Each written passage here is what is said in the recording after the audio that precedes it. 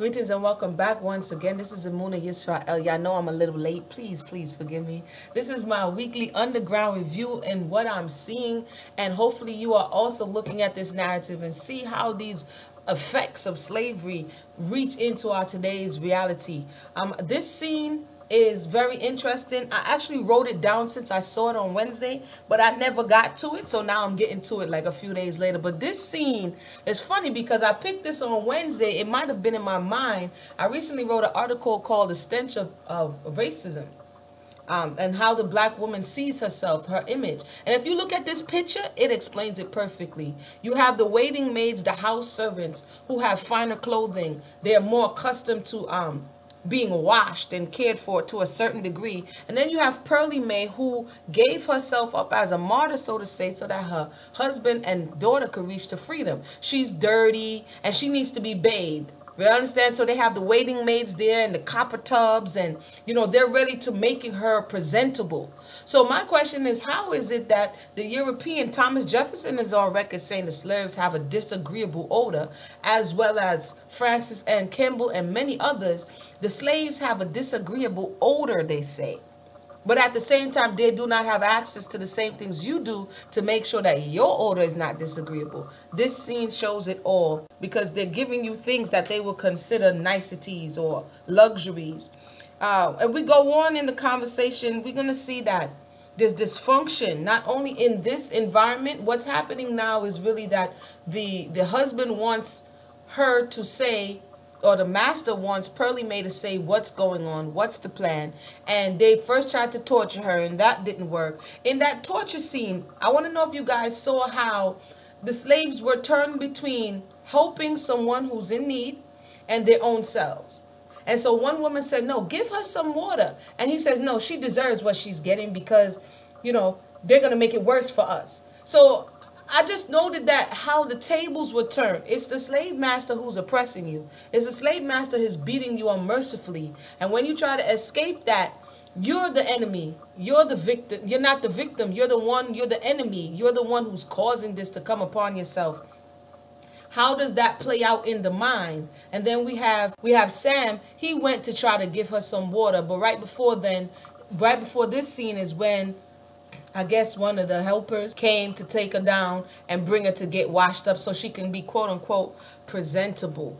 What else was going on in that scene? So it shows you the dysfunction and how it works. Good is bad and bad is good. Up is down.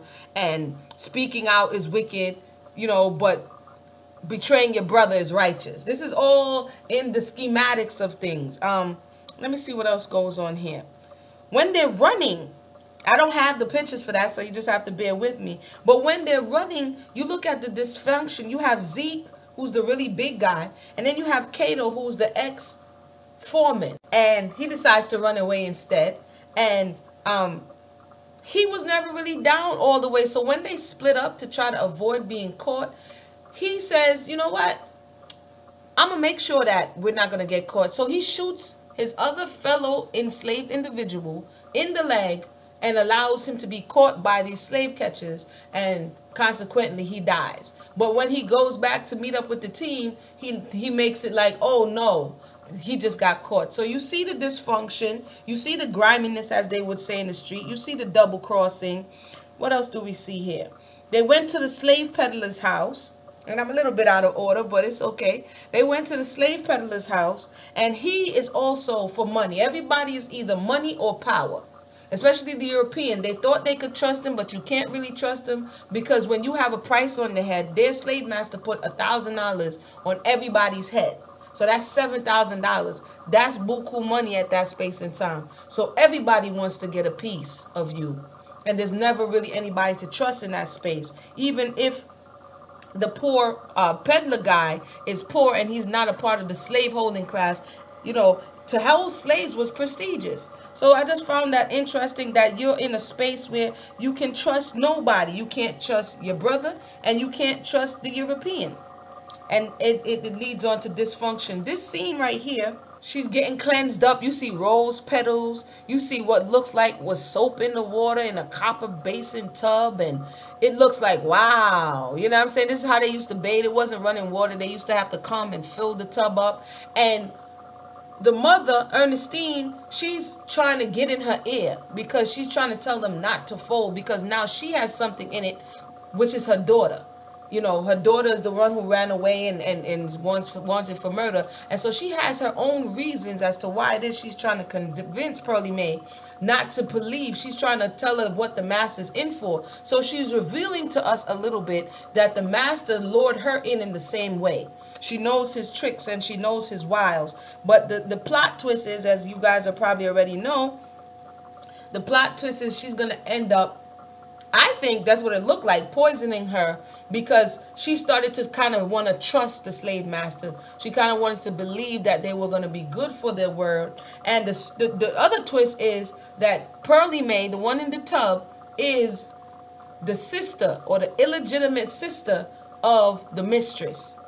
And I thought that was like, wow. But then again, it lines up because the slave masters would often have siblings. They would breed the slave women as well as have the European, and they would have the slave women's children as slaves on their farms. So the scene after this, when she meets her half-sister, reveals something true that is often told in these narratives, that there was some hanky-panky going on between the slave master and the enslaved women.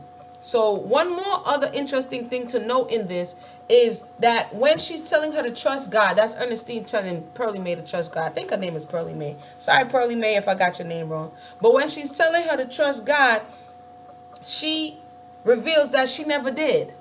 And she really puts her trust in a man, which is Zeke. And from there, we see that she was poisoned. And it looks like Ernestine did it, and that's really the plot twist. Poisoning was a major way of which how slaves, usually they did it to the slave masters, but it was a major way of rebellion or resistance, subtle resistance. Poisoning, you know, poisoning the animals, breaking the tools. So we're looking at resistance, and she's fighting back against her own, you know, kind, as some would say, because it looks like she was not going to be complicit. And so as opposed to running the risk of getting her own daughter caught up and brought back, she decides to take her out, which is power struggles, betrayal, nobody to trust. And this was the culture that the slave would have been brought up in. So it's deep. Just go ahead and meditate on that, because I know I will. I want to thank you for bearing with me as I, you know, piece together.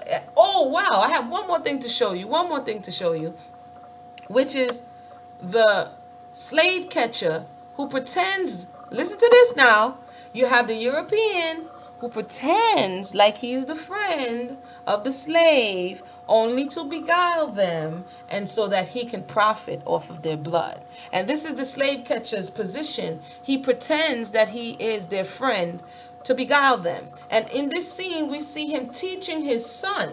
Because this is something that the Torah tells you, train the child in the way they should go, and when they're old, they will not depart. So understand that young children were being taught in this dysfunctional environment of how to survive and how each person plays their part. So even though you can see the young child is kind of discomforted with the way in which he sees how his father really makes money, he's being brought into how to catch a slave and how to trick a slave and how to be. Keep that in mind, because oftentimes you see Europeans say, I want to help you. But we don't know the full story behind that. And history bears out that that help is more hurt than help. So until next time, my name is Amuna Yisrael. Stay tuned. Hopefully, I will be on time next week. I want to thank you for my patience. And a shout out to everybody who watches these videos and comments. Some real deep comments. I want to thank you so much and look forward to hearing you on the LEV Project. So this is Amuna Yisrael, Solonomics 101, the LEV Project Underground Review 1.